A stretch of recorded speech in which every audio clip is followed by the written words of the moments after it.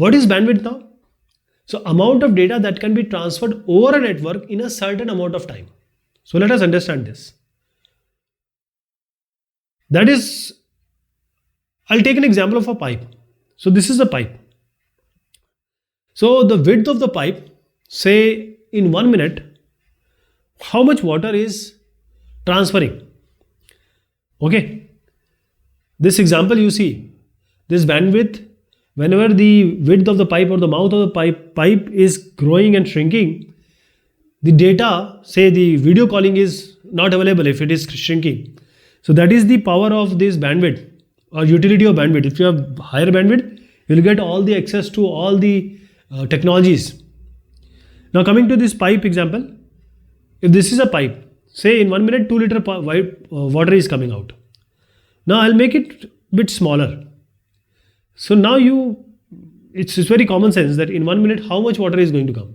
Say half a liter or maybe less. Now if I increase now, again using the common sense, if I increase the width of the pipe, you can imagine how much water the water can flow. So in 1 minute, it will be 10 liter or maybe more than that. So this is the bandwidth, the mouth or the width of the pipe through which the data can flow. If you have wider, the width is long or width is higher, more data will pass, otherwise less. Okay. So the amount of water flowing through pipe depend on its thickness.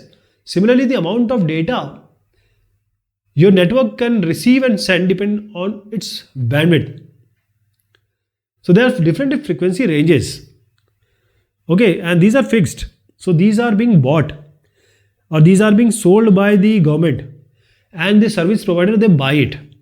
So they buy and now these frequency range they divide through different multiplexing techniques.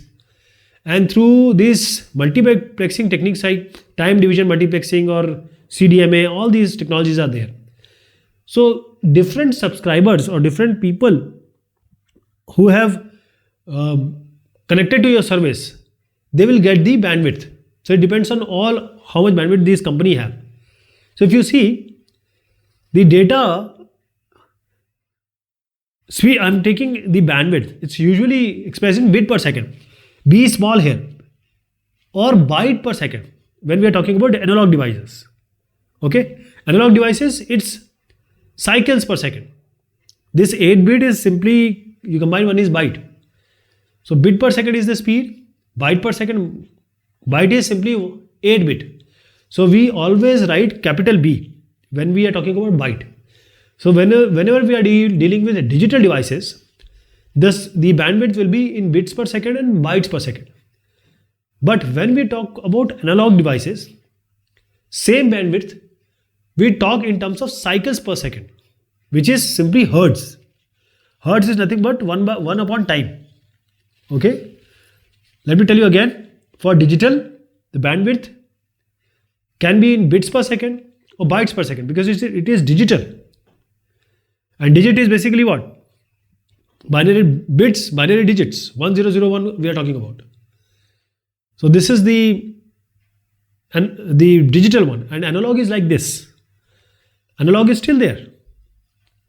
So this is computed or say expressed in hertz, Hz.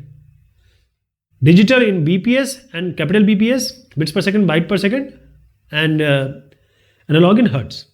Okay, let me clear it, and now I'll tell you the data transfer speeds, how they are calculated. They are calculated in terms of bits per second. Please understand. Bit per second.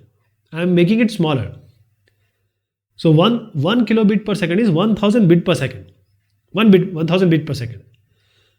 When I say 1 megabit second, bits per second, I am taking 1000 kbps. I am taking kbps, 1000 kbps. So 1 kilo is 1000 only. So bit per second, that is 10 to the power 6. 10 to the power 6 bit per second.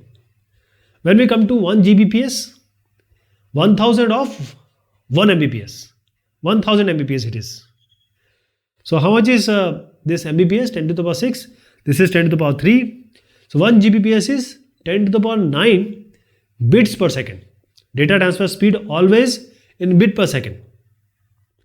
We can go ahead, we can go to tera also, again add 1000. So it will be 10 to the power 12. What is internet browser? See,